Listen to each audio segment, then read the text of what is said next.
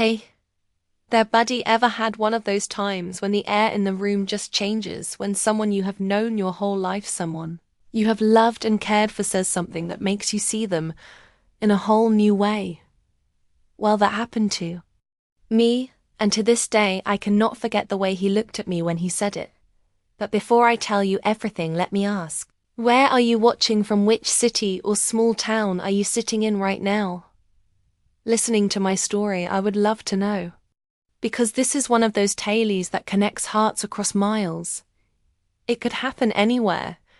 Maybe it already has. It all started on a quiet Tuesday afternoon. The sun was shining in through the lace curtains of my little house just outside of Savannah. I had just set a pot of chamomile tea on the stove and was folding a stack of clean laundry, mostly towels and Matthew's old sweatshirt that he forgotten during his last visit, when I heard the knock. I was not expecting anyone. My neighbor Judy usually called before she dropped by, and the mailman never knocked. When I opened the door and saw my grandson standing there, with that sheepish grin on his face and a small bouquet of daisies in his hand, my heart practically melted. "Mama." "Meg," he said, using the name he had given me when he was just a toddler. "I hope I am not barging in. I was in town and thought I would come by for a little visit." Now, I had not seen Matthew in nearly 2 months. He is 28 now, tall and lean, with a quiet confidence about him that always reminded me of his late grandfather. And though he is all grown up, there is still a softness in his eyes when he looks at me, a gentleness that is rare these days in young men. "You are never barging in," I told him, taking the flowers and ushering him inside. "You know you are always welcome here." He stepped into the living room and glanced around like he always did, eyes resting on the framed family photos lining the shelves. He looked at the one of him as a 5-year-old sitting on my lap at the beach and chuckled. "I do not think I have ever been that small." "You were," I said with a smile, setting the daisies in a vase. "And you were a handful." He laughed, then settled into the old armchair by the fireplace, the one his grandfather used to sit in. I could see the comfort in his posture, the way he relaxed, like this was the one place he did not have to be anyone but himself. We spent the next hour chatting about everything and nothing: his job in Charleston, his apartment, some girl he had been seeing but was not too sure about.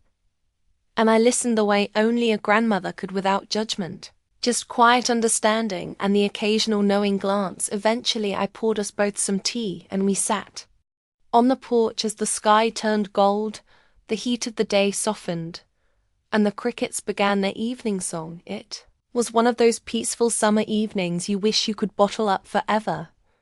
That is when it happened. Matthew turned to me, a strange seriousness in his eyes. "Grandma," he said, his voice quieter now, thoughtful, "can I ask you something personal?" I looked at him for a long moment, sensing something was coming, but not sure what. "Of course, sweetheart, you can ask me anything." He hesitated. His fingers played with the edge of his cup, and he glanced out at the lawn, then back at me. "Have you ever been lonely? I mean truly, deeply lonely?" The question struck me like a bell, not because it was out of line, but because it was so raw, so open. And I could tell this was not just casual curiosity, it was coming from somewhere deep inside him. I swallowed hard, searching for the right words. "Yes," I finally said, my voice barely a whisper, more times than I can count. There was a long silence between us, one that carried weight and warmth at the same time. He nodded slowly, and I saw something shift in his face, something like understanding, or maybe permission. "I have been feeling that a lot lately," he said. "I think that is why I came here. I needed to be around someone who understands that kind of quiet." I reached out and rested my hand over his fingers. Were warm, familiar. "I understand more than you know." He looked down at our hands and did not pull away. That was the moment the air shifted. Nothing was said, yet everything changed. Something unspoken passed between us, something tender, not inappropriate, not even clearly defined, but it was there. And suddenly the night did not feel like any ordinary night, not at all.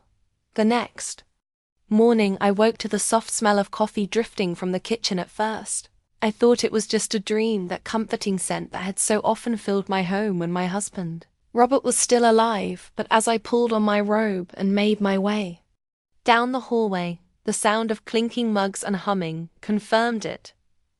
Matthew was already up. He stood at the stove barefoot, shirtless, wearing only his pajama bottoms and a slightly shy smile.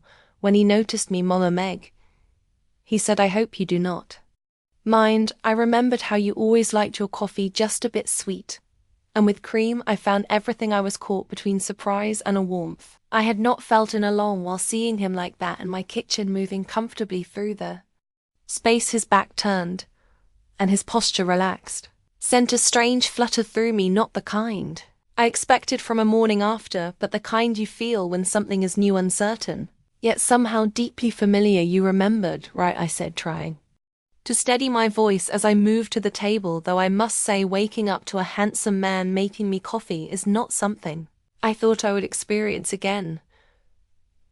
He chuckled, handing me the mug and sitting across from me at the small wooden table that had seen decades of meals, card games, and whispered conversations. The quiet between us was not awkward.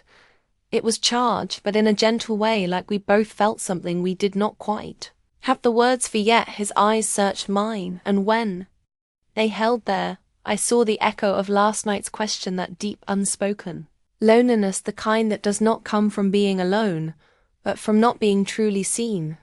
And for the first time, I felt seen. We did not speak of it at first. Instead, we talked about my garden. He asked if the tomatoes were coming in. I said they were struggling this year, and he offered to help replant them if I wanted. I do not know why such a simple offer made my eyes well up, but it did.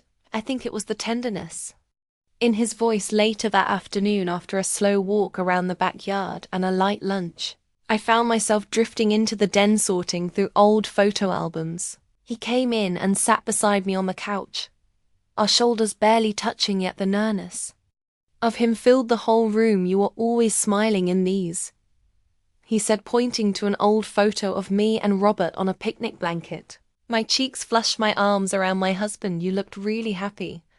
I replied quietly. We had our hard times, but he was a good man, and he loved me in a way that never made me question myself. Matthew looked at me then with an intensity that made me stop flipping the pages. "You still deserve that kind of love." I was not sure how to respond to that. It felt too tender, too close. I felt my breath catch the air between us, still and thick with something that had not been there before. Or maybe it had always been there, building, slowly, silently. I placed the album on the table and stood, needing distance. But Matthew stood with me. "Grandma Megan," he said, catching my wrist softly, "I meant what I said last night. I came here because I have been feeling things I do not know how to deal with. I have been thinking about life differently, about connection, about what it means to really belong to someone." His voice was not desperate. It was honest. I should have told him to stop, should have redirected the conversation, but instead, I looked up at him, our height difference closing now that we were standing so close, and I whispered, "I know exactly what you mean." He did not move, neither did I, but the air around us changed again, like a wave passing over. "I do not want you to be lonely," he said.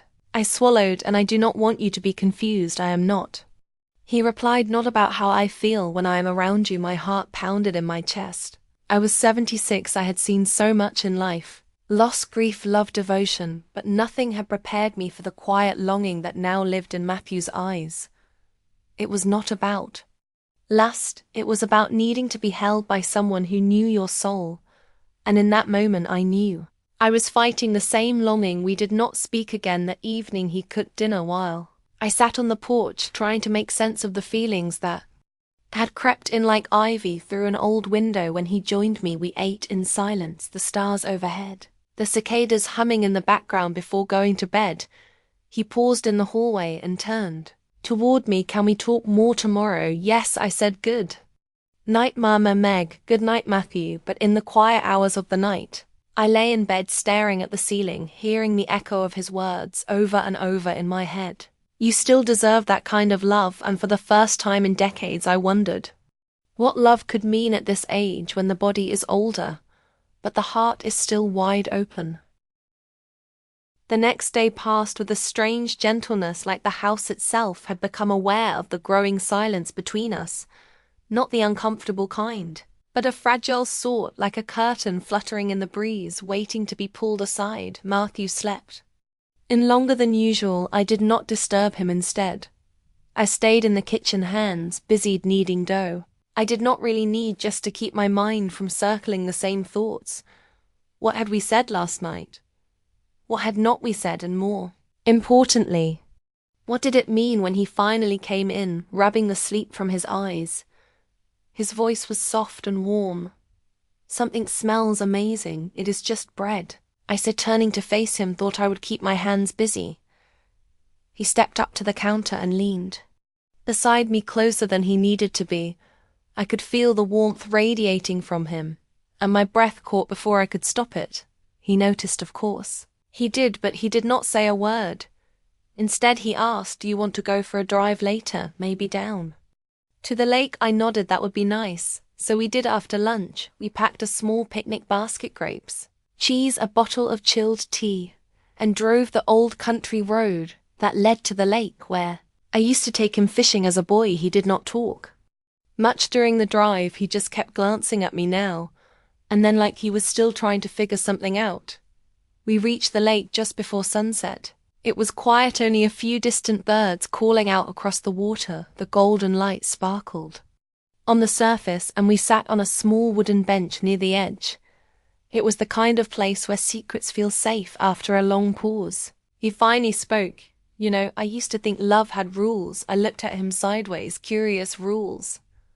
"Yeah," he said, "like it had to be between certain people, happen at a certain age, fit a certain shape.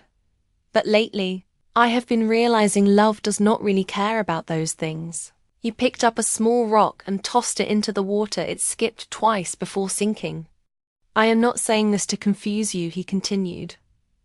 "I know it sounds crazy, but when I am around you, I do not feel like I am looking at my grandmother. I feel like I am looking at someone who understands me in a way no one else ever has. I felt my heart squeeze at his words. I opened my mouth, then closed it again. I wanted to dismiss it. I wanted to tell him it was just a phase, or maybe loneliness talking, but I could not, because somewhere deep inside, I had felt it too. "You have grown into a man," I said softly, "and you have seen me for more than who I used to be. That is not nothing." We sat in silence, again our shoulders brushing. "I do not want to cross a line," he said quietly, eyes still on the water. I needed to tell you that being here with you makes me feel more myself than I do anywhere else." I turned to look at him. His face was open, earnest, not filled with desire, but with something deeper, a yearning to be known, to be close, to feel something real. "I never thought I would hear something like that from you," I admitted. "But I also never thought I would feel something stirring in me again. Especially not now. You remind me I'm still alive." "Matthew," I reached for his hand gently, and he let me take it. "You have always had such a kind soul," I whispered, "even when you were small. But what I am feeling now, it is different, and I do not know what to do with it." "We do not have to do anything," he said. "I just want to be here with you, however you will let me." We sat like that until the sun dipped low, and the sky turned violet. The lake shimmered in soft hues, and I could feel the shift again, not dramatic, not sudden, just steady like the changing tide. When we got back to the house, I lit a few candles in the living room just to chase away the gathering dark. He helped me prepare a light dinner, and afterward we found ourselves on the couch, the photo album still open from the other day. He did not speak much, just rested his head lightly against my shoulder. And I let him. I should not have. I knew, but something about that moment felt like a return, not a departure from love, from memory, from life itself. Later, as he stood to go to bed, he turned back to me and said, "I am glad I came here." And I said, "Me too." But when the house fell silent, and I was alone in my room again, I sat by the window looking out into the night. The feelings inside me had grown into something I could not name, something beautiful and terrifying and entirely unexpected. What happens when two souls find comfort in one another, even if the world might not understand? I did not have the answer, But I knew the question was not going away. Following morning, I woke before the sun. The house was still wrapped in that early hush that feels almost sacred. I slipped on my robe and padded quietly through the hall, pausing by the guest room door. I listened, hearing only soft rhythmic breathing from the other side. Part of me wanted to keep walking, another part stayed by. The time Matthew woke up, the kettle was already whistling. I poured our tea and set the cups on the table, trying to quiet the storm that had begun to churn inside me. There was a sweetness to these quiet moments, him here in my home moving through it like he belonged, like this was just how things were meant to be. But that sweetness was getting tangled up in a very real fear. When he came into the kitchen, his eyes were softer than I remembered, like the silence of the morning had calmed something inside him too. Morning, Mama Meg, he said that name, now holding a different kind of tenderness. Morning, love. I answered. We sat without speaking for a few minutes, just sipping tea, just breathing, until he finally set his cup down and looked at me across the table. I did not sleep much last night. I nodded. Me either. I was thinking, he said, his voice careful, about us, about what is happening between us. I know it is not something we can name easily, but I do not want to pretend it is not real. I stared down into my cup. The steam curled like a question. I have spent a lot of years missing things, I said, slowly missing your grandfather, missing the feeling of being seen, being touched. Even I buried those needs because I thought that is what women my age are supposed to do. Matthew reached across the table and took my hand. His touch was steady, warm. You do not have to keep burying them, he said. Tears pricked at the corners of my eyes. I hated how raw I felt, how exposed, but I also felt held safe, like I could actually say the things I had never dared to say aloud. I did not think I would ever feel close to anyone again. I whispered, not in this way, not like this. He squeezed my hand gently. You are not alone anymore. The day unfolded.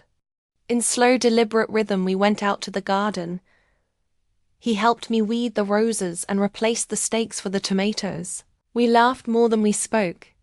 He dirtied his shirt and pretended to hate it, but I knew he did not mind that kind of work. The kind that roots your hands in the earth, does something to you. It grounds you. It makes truth easier to face. That night after dinner, I put on a light cardigan and stepped out onto the porch. The moon hung low, bathing everything in silver. I heard the door open behind me, and then Matthew stepped out quietly and stood beside me. Can I ask you something? He said, of course. He looked out into the dark hands resting on the wooden railing. If things were different, if I were not, your grandson would. You feel the same way you do now. I did not answer right away. Not because I did not know, but because the answer was too heavy to lift easily. Yes, I said finally. I would. He turned to me, his expression open, searching. I do not think it is wrong to love someone who loves you back, he said, even if the world would never understand it. I nodded. The world does not need to understand everything sometimes. Love happens quietly between two people who just find each other. We stood in silence for a long while, listening to the crickets and the rustling trees. There was no rush now, no pressure, just a shared knowing, a deep, emotional intimacy that had found its own place in the world, imperfect, maybe, but real. Eventually we sat on the old porch swing, and he gently wrapped an arm around me. My head rested on his shoulder. The breeze carried the scent of honeysuckle. The moment felt suspended in time. I do not know what tomorrow will bring. I do not know what we will call this connection, or how we will explain it. Maybe we will not. But I do know this love does not always knock politely. Sometimes it finds you in the stillness.